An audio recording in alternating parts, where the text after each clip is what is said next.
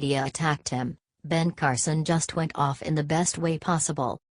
Secretary of Housing and Urban Development Dr. Ben Carson is a reserved man, but he is also a man who will always stand up for what's right.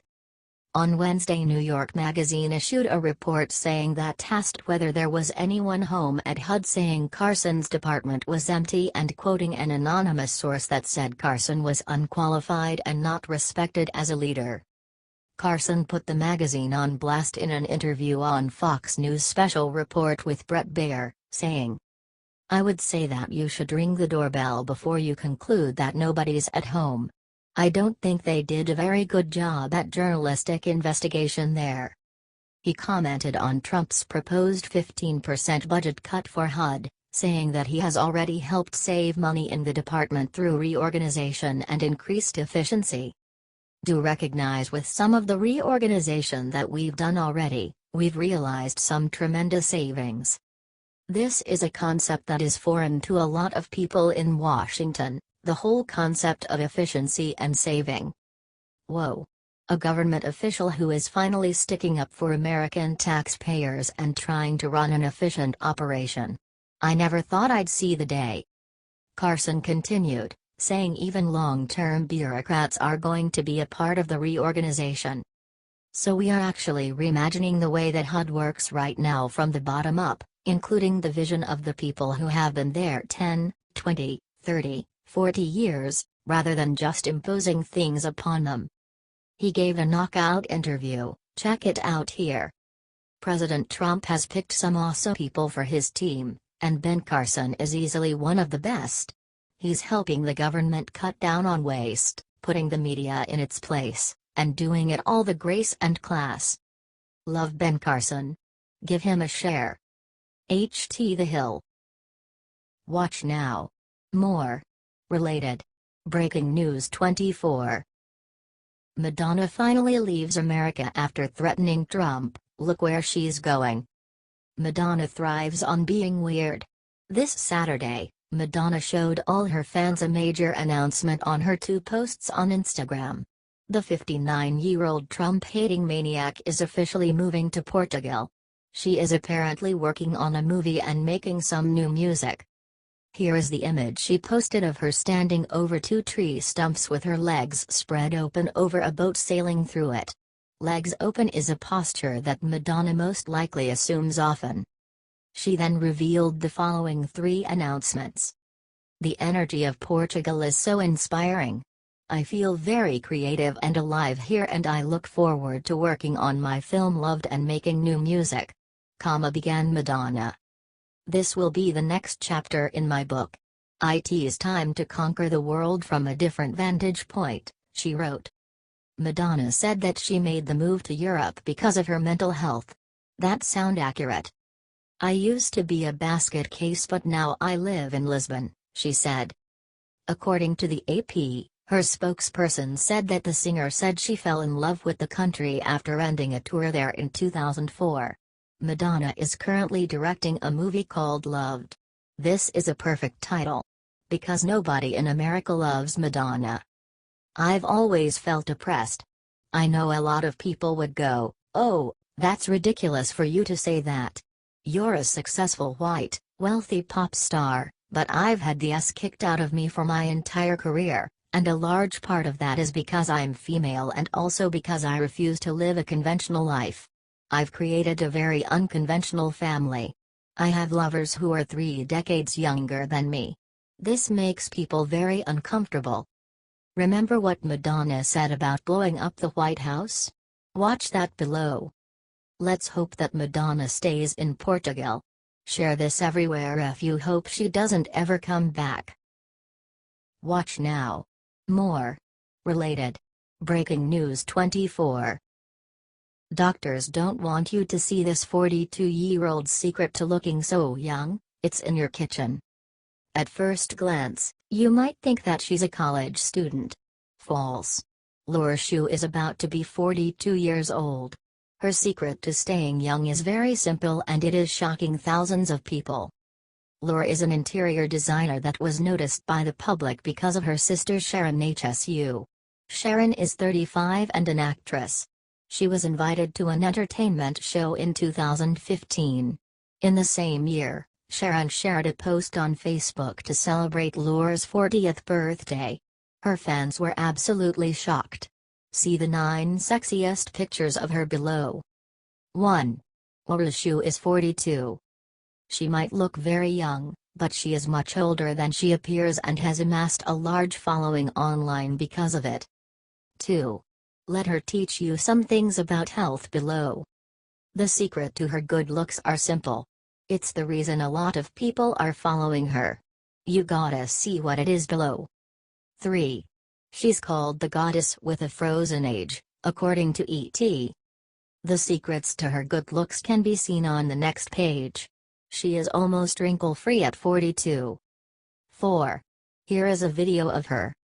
Her Instagram has gotten thousands of followers and her Facebook account is followed by 350,000 people. Journalists can't stop raving about her. Watch now. More. Related. Breaking News 24. Brilliant. President Trump just created the ultimate plan to drain the swamp and defeat traitorous Republicans. President Trump will reportedly be ending the DACA program that the Obama administration unlawfully put in place. The program grants work permits to illegal immigrants who arrived in the country as children. President Trump won't be ending the program immediately, however. Instead, Trump put in place a genius strategy to expose traitorous Republicans who face elections in 2018. President Trump is delaying the termination of DACA for 6 months. The 6-month delay means DACA still ends, but Republicans have to choose between virtue signaling or their loyalty to the president during their primaries in 2018. There is literally no way they can stay silent on the issue when it's pushed back so far. Neither the House or the Senate have enough votes to get a Save DACA bill on the president's desk, nor do they have the votes to override a veto. By pushing the termination of the program back 6 months, Trump is forcing GOP hypocrites to expose themselves right as people start paying attention to the elections in their state. The DACA program will end in April, only a month before May, which is when most primaries are held. There is no way the issue won't come up during debates, town halls and press conferences. Every single Republican in Congress railed against Obama when he made this unconstitutional move. Now we will see who really meant it. If ever there was a way to drain the swamp, this is it. Watch now. More. Related. Breaking News 24. Unbelievable. Antifa just did something sick to help North Korea just because they hate Trump. We were all so very wrong, folks. Most everyone thought that Antifa had hit their lowest low when they ran around attacking the elderly and burning family cars. Nope. Now these lunatics have found an all-new ally in their resistance of President Trump, which shows just how insane their ideas really are. Antifa is defending Kim Jong-un's fascist regime and saying Donald Trump is the real problem. So let's get to the meat of this whole thing. You have 2 major Antifa organizations, Refuse Fascism and Worker World Party, who both hate the president. They hate him so much that after the August 5 UN Security Council meeting where more sanctions were put on North Korea, the 2 groups united to defend their fascist heroes. Refuse Fascism, for example, described the event as the largest military power in the world bullying a small, isolated country and terrorizing the people of that entire region. They also claimed that the US was using a playbook of demonization against the defenseless Kim Jong-un. Totally untrue. The Workers' World Party is just as bad. They are a Marxist group that puts out their own propaganda like self-defense and the DPRK and Korea won't be intimidated. 2 editorials suggesting the US is the real threat and North Korea is being oppressed. So these are the people in the US we are dealing with. They are not fighting for human rights. They are not fighting against Trump.